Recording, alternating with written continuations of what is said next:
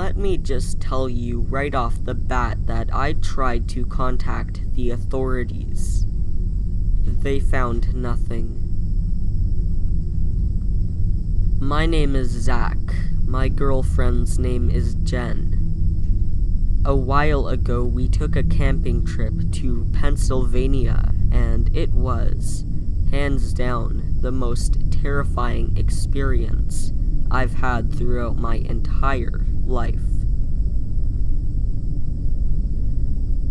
Believe me, the first nights were great. We canoed in the lake, sat by the fire, got freaky in our tent. The usual camping activities. The whole trip went downhill on Sunday, maybe around 5 or 6. Jen and I were relaxing in our tent after a long day of hiking throughout the camping grounds. Jen decides she needs to go to the bathroom outside the tent, and I let her go. I hear footsteps coming towards the tent, and I safely assume it was Jen. Before you start thinking I'm pulling a movie cliche here, but this is what happened that night. I'm telling you. The footsteps were in very odd patterns. It wasn't the usual bum, bum, bum, bum. It was more like bum, bum, bum, bum, bum, bum, bum. I immediately knew this wasn't her based on the footstep patterns. Out of nervousness, I called out, "Hello?" The footsteps stopped. I know right now I should be going out there to face my fear and possibly warn my girlfriend of the danger, but no. I couldn't move. I was as stiff as a statue. I shouldn't be this scared. Is it my fear of the unknown that's weakening me right now? Is it my worry for my girl? Grabbing my hatchet and my phone, I quickly slid into my sleeping bag and shuffled towards the closest corner of the tent with my head facing the entrance. I unlocked my phone and began to record. Just in case I die today, I might as well have some evidence of it, right? A hand burst through the front entrance and spread it apart. It was Jen. "Peekaboo!" she shouted. I let out a quick scream as I jumped up. "You can't do that to me, Jen." I was worried sick. She lays down and rests her head on my lap. "I'm glad you care so much, you dork." She sits up and pecks me on the lips. The same odd footsteps continue. "Jen, were you walking toward the tent before?" "No, I didn't even need to walk a step. I was right outside the tent." My face went pale. "Did you see or hear anyone outside the tent when you were out there?" "No, I didn't." They would have had to be on the other side of the tent for me to not hear them. When I heard the footsteps before, they were on the other side of her. "Jen," I whispered, "you weren't the only one outside the tent before." She looks at me like I am crazy. "What? How do you know?" "I heard footsteps outside the tent when you were going to the bathroom." "Well, go outside and see what it is then." I couldn't refuse. This was my girlfriend, for fuck's sake. I need to protect her from this thing. I grabbed my phone and hatchet once more and stepped outside the tent. I scanned the area in the surrounding woodland. The footsteps returned, and they were close, loud, and fast. I had no urge or time to react as a large figure, maybe about 5'10", 5'11", tackles me to the ground and goes for my hatchet. I dropped my phone but still held my hatchet in my right hand. I'm assuming this fucker is a man due to his build. He has me pinned against the ground and my hatchet is basically useless. I hear Jen yell, "Zach!" She was quickly cut off and I could hear muffled screaming coming from the tent. "Get off her! Stop!" I never paid attention to their faces because the only thing on my mind was Jen and her safety. He grabs me by the hair and pulls my head to face him. I couldn't see the man that was going to take my life because he was wearing a blank white mask with a red smile around the mouth. I go to rip off his mask to maybe draw his attention to something else, but he quickly takes his hand off my wrists and holds his mask on. I use this time to lunge at him with my hatchet. I hit him directly into his lower arm and he falls back. I run over to Jen and leave my phone. I open the tent and she's gone. No trace of her left. I begin to break down as I knew I lost her. The man I was fighting with before grabs my shoulders and throws me back on the ground and wraps his hand around my neck. I close my eyes knowing that I can't overpower him and begin to accept my fate. Mom, Dad, Jen, they were all on my mind at that moment. If Jen is truly gone, I can see her again after this. I see someone out of the corner of my eye. It's a park ranger. The ranger runs over and shoves the man off of me. The park ranger pulls out a pistol and aims it at the man. "Get off him," the ranger yells. The masked figure runs as fast as he can into the woods without a trace of him left behind. I can't continue the story any further. Typing about this, typing about Jen, is too much for me.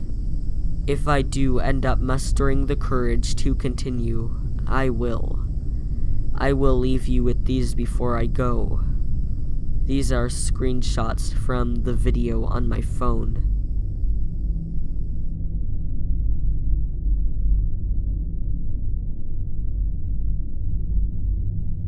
So, I live in Canada, about 2 hours north of Toronto, and where I am, there are lots of woods. Pretty much everything around me is forested area. I do love it. The city life has always been a bit too much for me. I like the quiet living style. Instead of going to the mall or walking around a giant city on a weekend, I prefer sitting back on my porch, listening to "This Will Destroy You" with my dog, staring off into space. The quiet life is nice. No stress.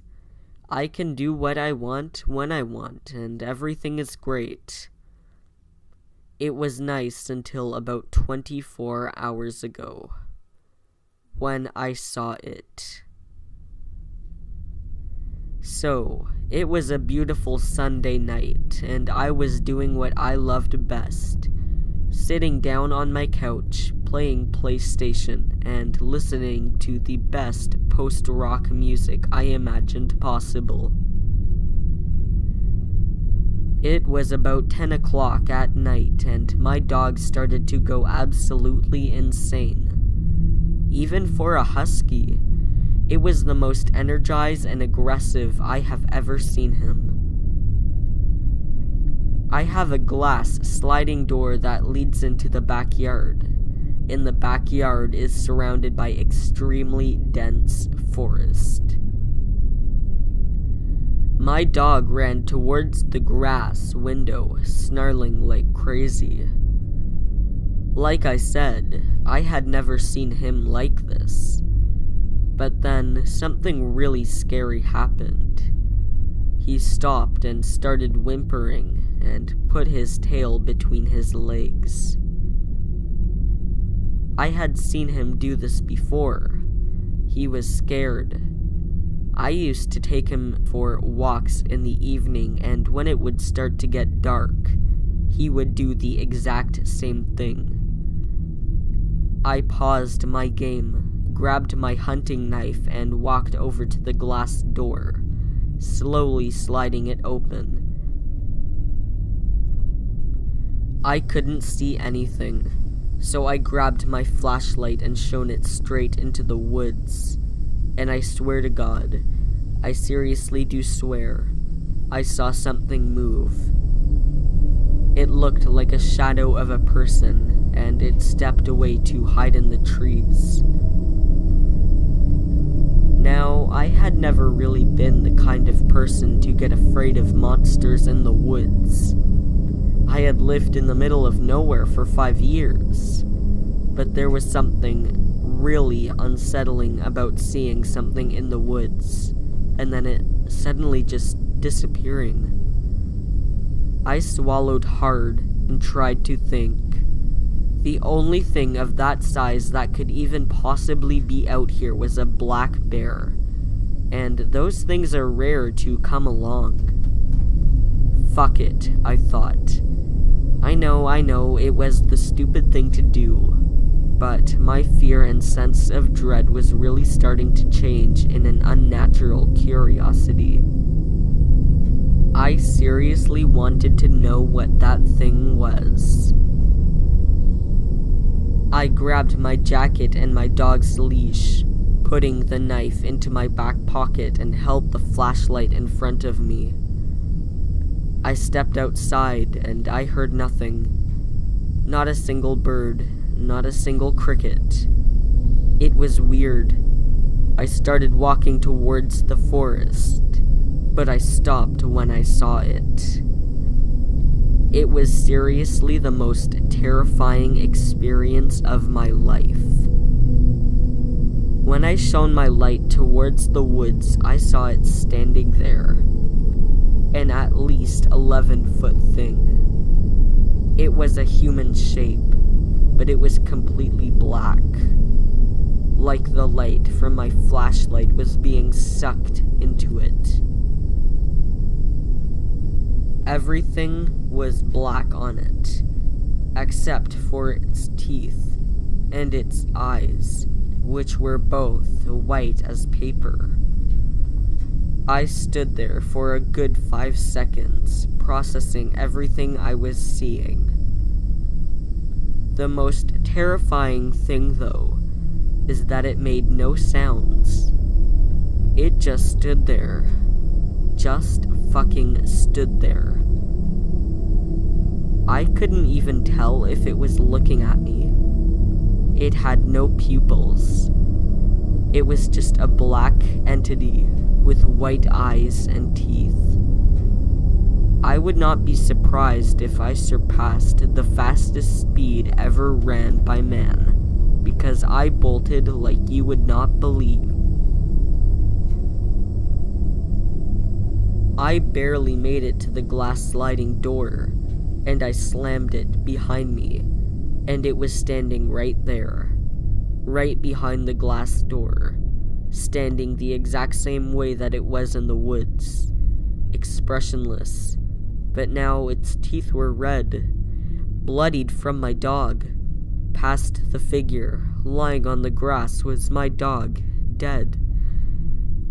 I looked back up at it and screamed and ran.